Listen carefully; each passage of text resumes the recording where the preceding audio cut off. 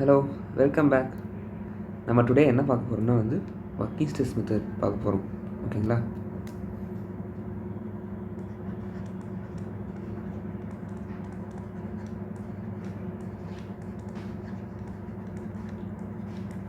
இந்த working stress method first எதுக்கு priority தரும்னா serviceability. செகண்டாக ஸ்ட்ரென்த்துக்கு ப்ரியாரிட்டி தரும். ஓகேங்களா? ஓகே, இப்போது நம்ம என்ன பண்ண போகிறோம்னா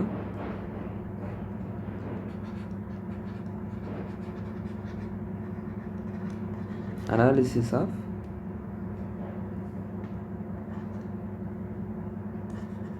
homogeneous section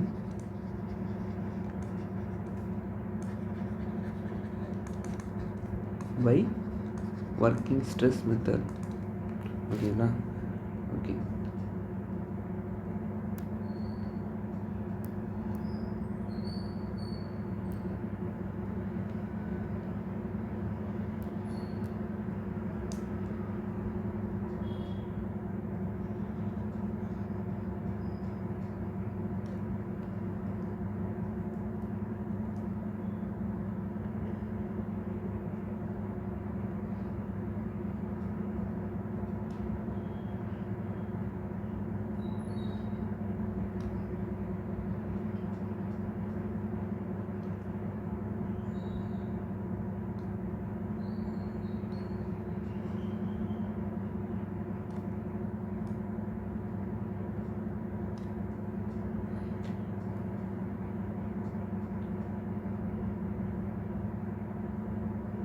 இப்போது இப்படி ஒரு பீம் இருக்குன்னு வச்சுக்கோங்க. ஓகேங்களா? இதில் யூடிஐ ஆட் ஆகுது. Intensity small W kilometre per metre. இதோட லென்த் என்னென்னா எல்.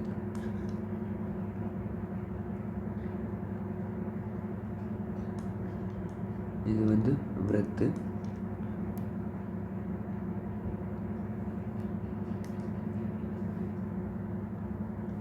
இது நியூட்ரல் ஆக்சிஸ்.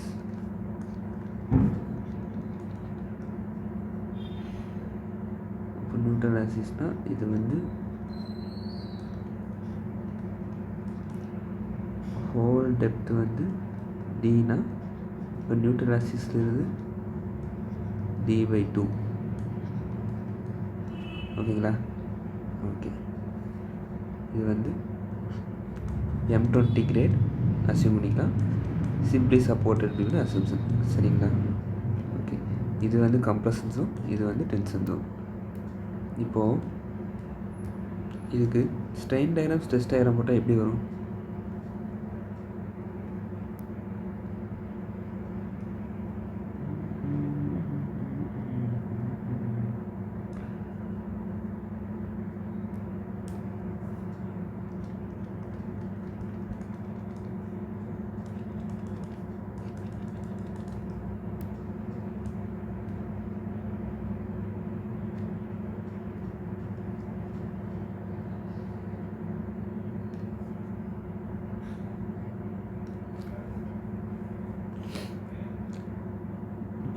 ஸ்ட்ரெயின் கம்ப்ரஷன் ஜோனில் இவ்வளோ வந்திருக்கும்.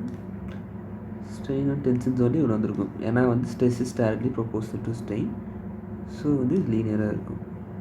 அப்போது இங்கேயும்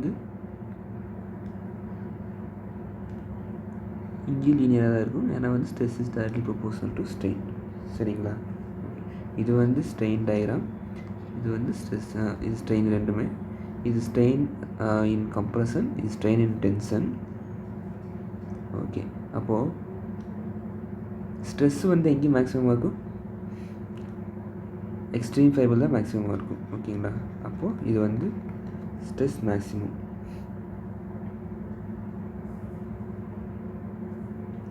ஓகேங்களா? ஓகே, இப்போது இந்த ட்ரையாங்கிளுக்கு, இந்த மேலே இருக்க கம்ப்ரஷன் ஜோனில் இருக்கிற ட்ரையாங்கிளுக்கு சென்ட்ராய்டு எங்கே வரும்? இங்கே வரும். அதே மாதிரி அதாவது மேலே இருந்து 1/3 t/2 டிஸ்டன்ஸில் வரும். கீழே பார்த்தோம்னா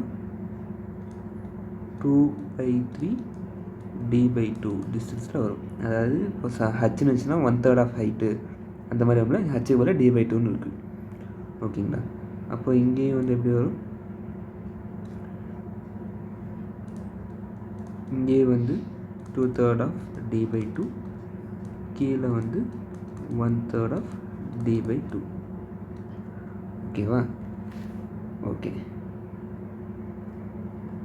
இந்த சென்ட்ராய்டில் என்ன ஃபோர்ஸ் ஆக்ட் ஆகும், மேலே டாப் ஜோனில் சென்ட்ராய்டில் என்ன ஃபோர்ஸ் ஆக்ட் ஆகும்னா கம்ப்ரெஷன்.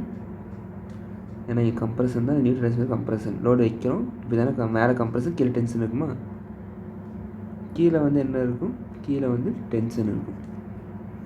ஓகேங்களா? ஓகே. இது ஸ்ட்ரெயின் டயக்ராம், இது ஸ்ட்ரெஸ் டயக்ராம். ஓகே. இதெல்லாம் தியரம் ஆஃப் சிம்பிள் பெண்டிங் பேஸ்டாக நம்ம ட்ரா பண்ணியிருக்கோம். ஏன் தியரம் ஆஃப் சிம்பிள் பெண்டிங் சொன்னால் ஹோமோஜீனியஸ் செக்ஷனுக்கு வந்து எது அப்ளிகபிளாக இருக்கும், தியரம் ஆஃப் சிம்பிள் பெண்டிங் தான் அப்ளிகபிளாக இருக்கும். ஓகேங்களா? ஓகே. இப்போது நமக்கு தெரியும் moment in compression zone equal to C into Z. அதே மாதிரி moment in tension zone equal to tension force into lever arm.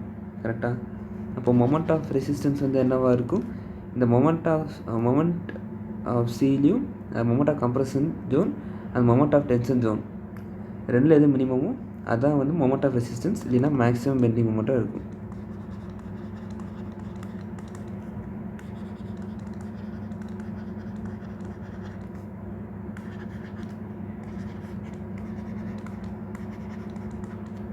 ஓகேவா? இப்போது கம்ப்ரெஷன் ஃபோர்ஸ் வந்து நம்ம கண்டுபிடிக்க போகிறோம். கம்ப்ரெஷன் ஃபோர்ஸ் வந்து எப்படி கண்டுபிடிக்க போகிறோம்னா,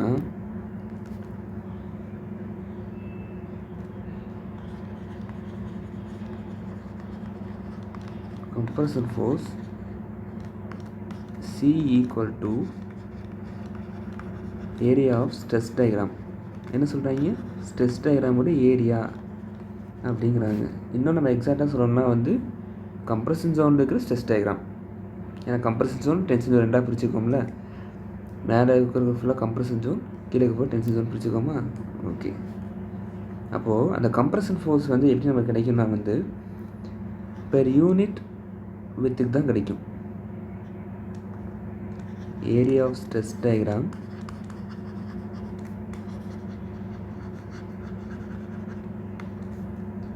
will give force but per unit width or length. per unit width கோல per unit length கோல வந்து நம்ம வர ஆன்சர் வந்து இருக்கும். அது எப்படி நம்ம பார்த்துடலாமா, area of compression stress diagram எப்படி இருக்குது, ட்ரையாங்கிள் மாதிரி இருக்குது. ட்ரையாங்கிள்னா ½ இன்ட்டு B இன்ட்டு ஹச்சா, ½ பேஸ் வந்து எப்படி என்னது F மேக்ஸு, ஹைட் வந்து எவ்வளோ D/2. ஏன்னா D/2 தான் கம்ப்ரெஷன் ஜோன் இருக்குது. ஓகேங்களா? அப்போது இது F maths into D/4. Okay. இப்போது யூனிட் வச்சு பார்த்துடலாமா. இது ஸ்ட்ரெஸ்ஸு, அப்போது நியூட்டன் பர் எம்எம் ஸ்கொயர். இது டெப்த்து, இது எம்எம். அப்போது சால்வ் பண்ணோம்னா நியூட்டன் பர் எம்எம், அதாவது ஃபோர்ஸ் பர் யூனிட் வித், அப்படி தான் நமக்கு கிடைக்கும். ஓகேங்களா?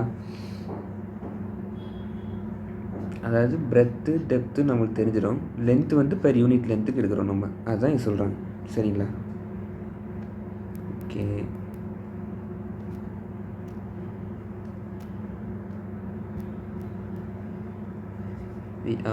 அப்போது நம்ம C கிடச்சிச்சு. we already know that MC equal to sigma into Z. அப்போது stress equal to load by area. நம்ம இதை யூஸ் பண்ணாமல் MC equal to C into ஜெட்னு படிச்சிருக்கோமா? அப்போது சிக்கு பதில் நம்ம என்ன சப்ஸ்டியூட் பண்ண போகிறோம்? நமக்கு சி என்ன கிடச்சிருக்கு? Compression force C equal to F max into dy/4. இப்போது நமக்கு என்ன கிடச்சிருக்குன்னா நியூட்டன் பர் எம்எம்மில் கிடச்சிருக்கு. அப்போது நமக்கு வந்து கம்ப்ரஷன் ஃபோர்ஸ் வந்து எம்எம்மில் தான் வேணும், நம்ம நியூட்டனில் தான் வேணும். அப்போது இன்ட்டு எம்எம்மால் மல்டிப்ளை பண்ணோம்னா வந்து நம்மளுக்கு நியூட்டனில் கிடச்சிரும். ஓகேங்களா? அப்போது நம்ம எதால் மல்டிப்ளை பண்ணோம்னா வந்து பிரெத்தால் மல்டிப்ளை பண்ணுறோம். ஓகேங்களா? அப்போது எஃப் மேக்ஸ் இன்ட்டு BD/4. ஓகேங்களா? அப்போது கம்ப்ரஷன் ஃபோர்ஸ் நியூட்டனில் நமக்கு கிடச்சிருச்சு. ஓகே, அடுத்து நம்ம ஜெட்டு வேணும். ஜெட்டு வந்து என்னது? லீவராம். ஓகே, இப்போது லீவரா டிஸ்டன்ஸ் வந்து நம்ம கால்குலேட் பண்ண போகிறோம். இந்த between the centroid forces between compression force and tension force ரெண்டு நடுவில் இருக்கிற டிஸ்டன்ஸ் தான் வந்து லீவரான் டிஸ்டன்ஸ். கரெக்டுங்களா? இங்கே இதிலிருந்து இது வரைக்கும் டிஸ்டன்ஸ் எவ்வளோ? 2/3 ஆஃப் d/2. இங்கிருந்து எவ்வளோ தூரத்தில் இருக்குது? 2/3 ஆஃப் d/2. அப்போது நமக்கு 2 டைம்ஸ் வந்து 2/3 ஆஃப் d/2 இருக்குது. ஓகேவா? அப்போது 2 டைம்ஸ் 2/3 ஆஃப் d/2. இப்போது நம்ம வந்து இந்த எம்சியில் வந்து சப்ஸ்டிட்யூட் பண்ண போகிறோம்.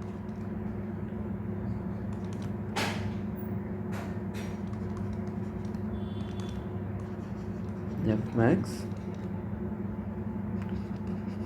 BD/4 into the 2 cancel out. Okay, first எழுதிடுறேன்.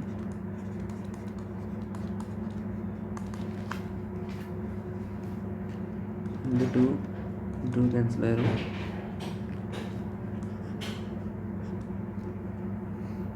இந்த 2 cancel ஆயிரும்.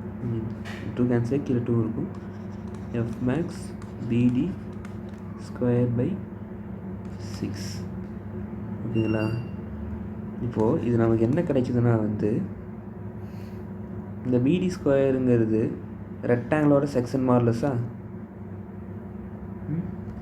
அப்போ நம்ம எப்படி எழுதலாம்? இதை FC equal to F max into ஜெட்டுன்னு எழுதலாம். இதே மாதிரி தான் டென்ஷன் ஜோனுக்கும். Similarly for tension zone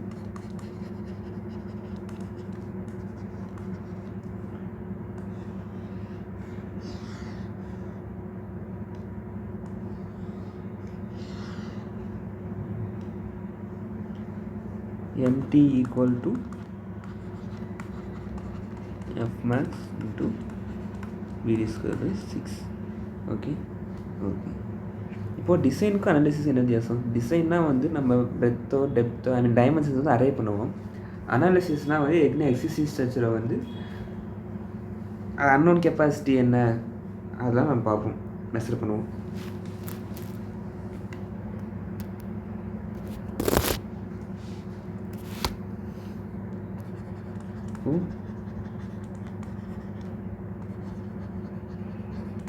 Moment of resistance MR equal to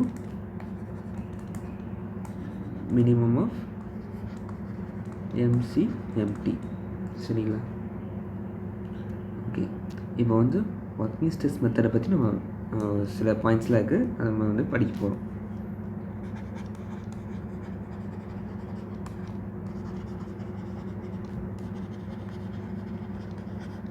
first working stress மெத்தட்னால் அதுக்கு வேறு பேர் இருக்குது. என்னென்ன பேர் இருக்குன்னா FOS மெத்தட், அதாவது ஃபேக்டர் ஆஃப் சேஃப்டி மெத்தட், இல்லைன்னா மாடுலர் ரேஷியோ மெத்தட் அப்படின்னு பேர் இருக்குது. சரிங்களா? இந்த மெத்தடை பொறுத்த வரைக்கும் நம்ம ஸ்ட்ரக்சரில் ஆக்ட் ஆகிற லோட், அதாவது நம்ம நிறைய காம்பினேஷன் ஆஃப் லோட் படித்தோம்ல, அதில் ஃபஸ்ட்டு காம்பினேஷன் எந்த அதாவது at any case it should not exceed the permissible stress. ஓகேங்களா? பெர்மிசிவ் ஸ்ட்ரெஸ்ஸை வந்து எக்ஸீட் ஆகக்கூடாது. சப்போஸ் எக்ஸீட் ஆகிடுச்சுன்னா அந்த ஸ்ட்ரக்சரை வந்து நம்ம ஃபெயிலியர்னு சொல்லிடுவோம். இப்போ வந்து எக்ஸாம்பிள் M20 வச்சுக்கோமே. இப்போது M20 கிரேட் ஆஃப் காங்கிரீட்னு வச்சுக்கோங்க. அந்த M20 கிரேட் ஆஃப் காங்கிரீட்டில் நம்ம என்ன பார்த்தோம்? 3 to 4 வந்து ஃபேக்டர் சீட் அப்ளை பண்ணலான்னு பார்த்தோமா? அப்போது அதில் 6.3 அப்ளை பண்ணும்போது 6.67 வந்துச்சு. அப்போது நம்ம ஸ்ட்ரென்த் வந்து 20 Nm/mm² வித்ஸ்டாண்ட் பண்ணுற அளவுக்கு நம்ம ஸ்ட்ரக்சர் இருந்தாலும் 6.67 எக்ஸீட் ஆயிடுச்சுனாலே ஈவன் தோ அந்த ஸ்ட்ரக்சர் வந்து ஃபெயில் ஆகலைனாலும் நம்ம அது ஃபெயில் ஆகிடுச்சுன்னு அசியூம் பண்ணி அதை வந்து அடுத்து யூஸ் பண்ண மாட்டோம் ஸ்ட்ரக்சரை. ஓகேங்களா? அதுதான் வந்து ஒர்க்கிங் ஸ்ட்ரெஸ் மெத்தட். இது வந்து ரேங்கின்ஸ் தியரி பேஸ்டு வந்து. ஓகேங்களா? நான் அப்படியே எழுத ஆரம்பிக்கிறேன்.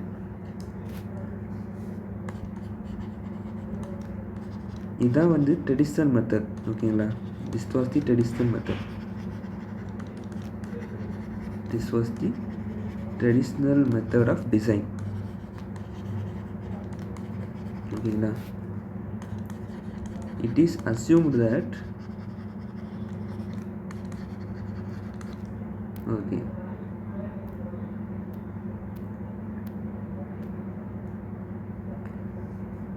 concrete is elastic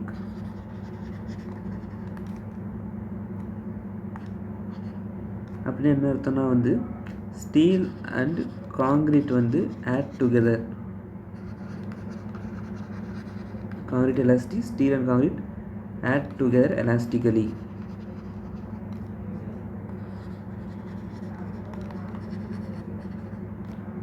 And the relationship between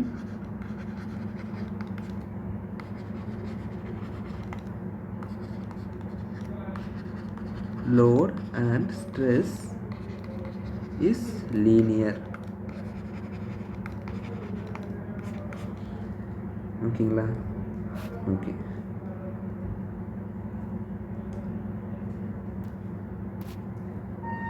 இங்கே வந்து ஒர்க்கிங் ஸ்ட்ரெஸ் மெத்தடை பொறுத்த வரைக்கும் நம்ம என்ன பேசணும்னா வந்து ஸ்ட்ரெஸ்ஸை வந்து பெர்மிசிபிள் ஸ்ட்ரெஸ் அப்படின்னு தான் நம்ம வந்து யூஸ் பண்ணுவோம். ஓகேங்களா?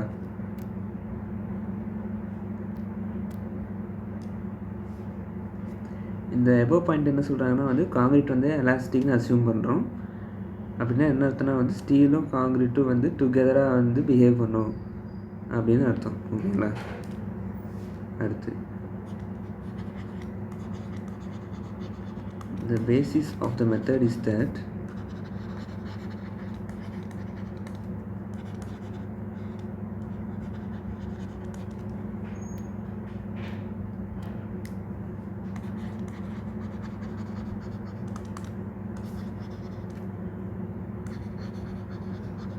permissible stresses for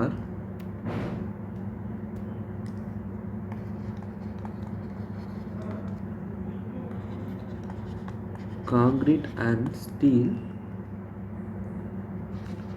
are not to exceed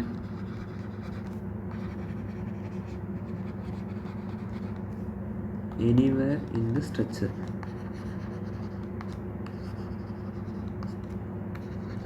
When it is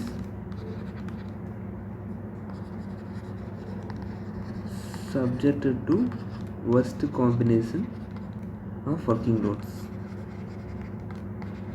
Worst combination of working loads. இங்கே என்ன சொல்கிறாங்க, எப்பேற்பட்ட worst combination இருந்தாலும் பெர்மிசிபிள் ஸ்ட்ரெஸ் தாண்டி வரக்கூடாது, பெர்மிசிபிள் ஸ்ட்ரெஸ் தாண்டி ஸ்ட்ரெஸ் போகக்கூடாது அப்படின்னு சொல்கிறாங்க.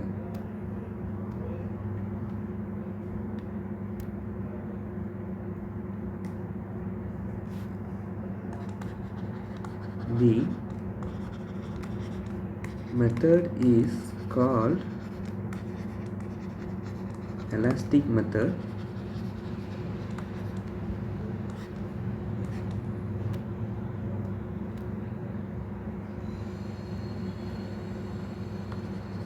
as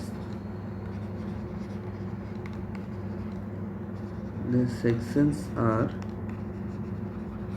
designed in accordance with the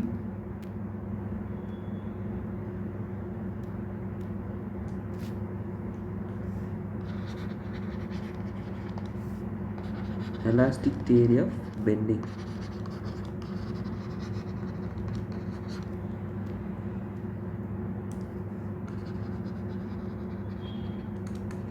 assuming that both materials obey Hooke's law.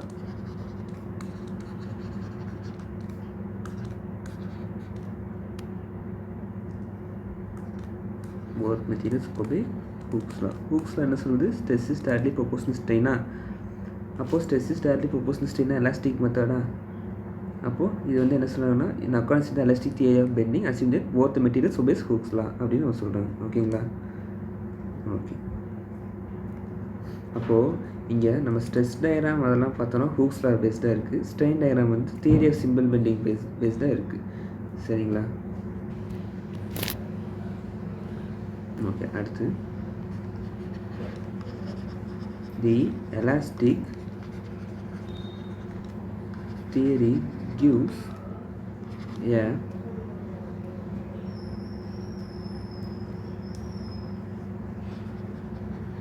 linear variation of strain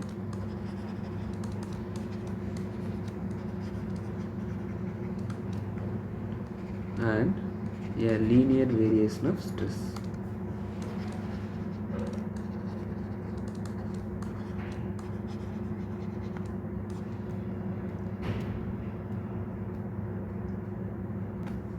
அதாவது என்ன சொல்கிறாங்க, varying from that is varying uniformly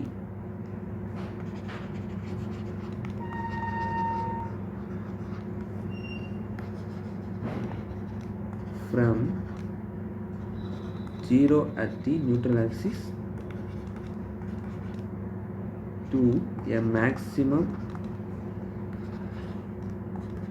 at the extreme fiber.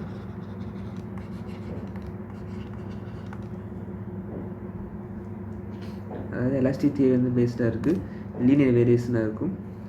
அதாவது ஸ்ட்ரெயின் லீனியராக இருக்குது, stress லீனியராக இருக்கும் அப்படிங்கிறாங்க. அப்போ நியூட்ரல் ஆக்சிஸ் 0 இருக்கும், maximum ஃபைபரில் வந்து ஸ்ட்ரெஸ் வந்து அதிகமாக இருக்கும். அதான் சொல்கிறாங்க. எங்கேயும் நமக்கு தெரிஞ்சது தான். ஓகேவா? இது மெயினாக எங்கே யூஸ் பண்ணுவாங்கன்னா வந்து வாட்டர் ரீடைனிங் ஸ்ட்ரக்சர்ஸ் வந்து யூஸ் பண்ணுவாங்க. இப்போ நம்ம வாட்டர் டேங்க்லாம் பார்க்குறோம்னா வந்து ஒர்க்கிங் ஸ்ட்ரெஸ் மெத்தட் பேஸ்டாக தான் பண்ணியிருப்பாங்க. It is used in the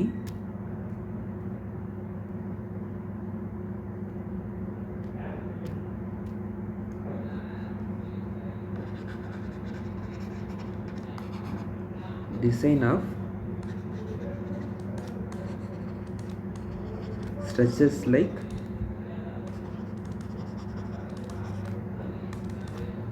liquid retaining structure,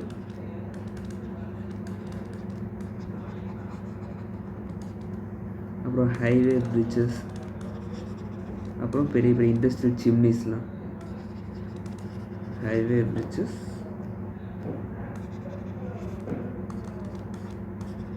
and chimneys.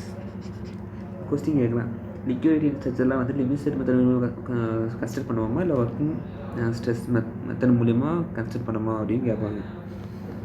Liquid structures என்னென்ன வரும்? டேமு, வாட்டர் டேங்க்கு, அப்புறம் பேரேஜு அதெல்லாம் வரும். ஏன்னா ஒர்க்கிங் ஸ்ட்ரெஸ் மெத்தட் வந்து ஃபாலோ பண்ணுறோன்னா வந்து அங்கே வந்து ஒர்க்கிங் ஸ்ட்ரெஸ் மெத்தடில் வந்து மைல்டு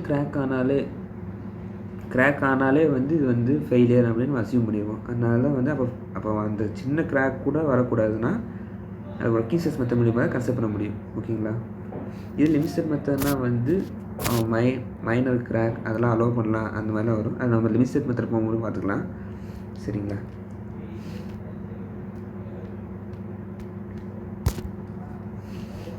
அப்போது in this method strain compatibility is adopted.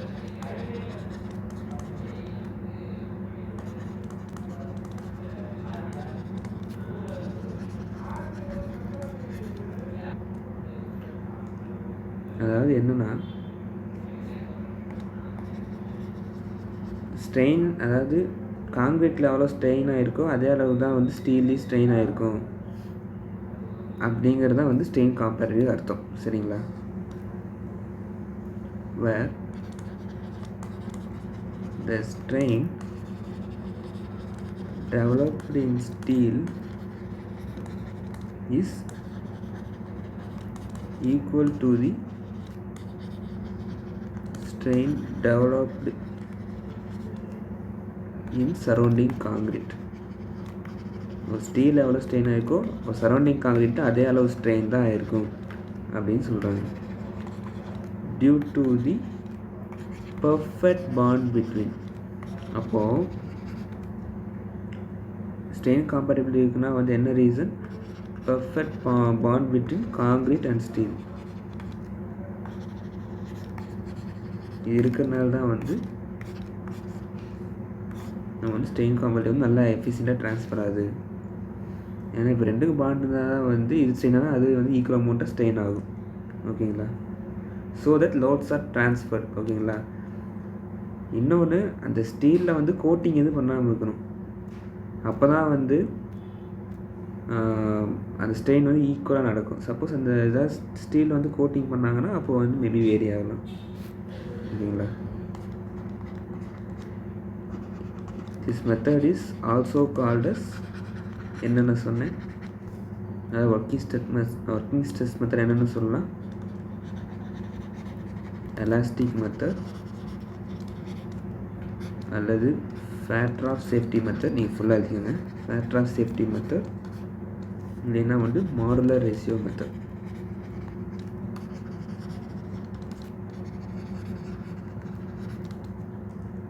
Okay, tomorrow வந்து அசம்ப்ஷன்ஸ் பார்ப்போம். தேங்க்யூ.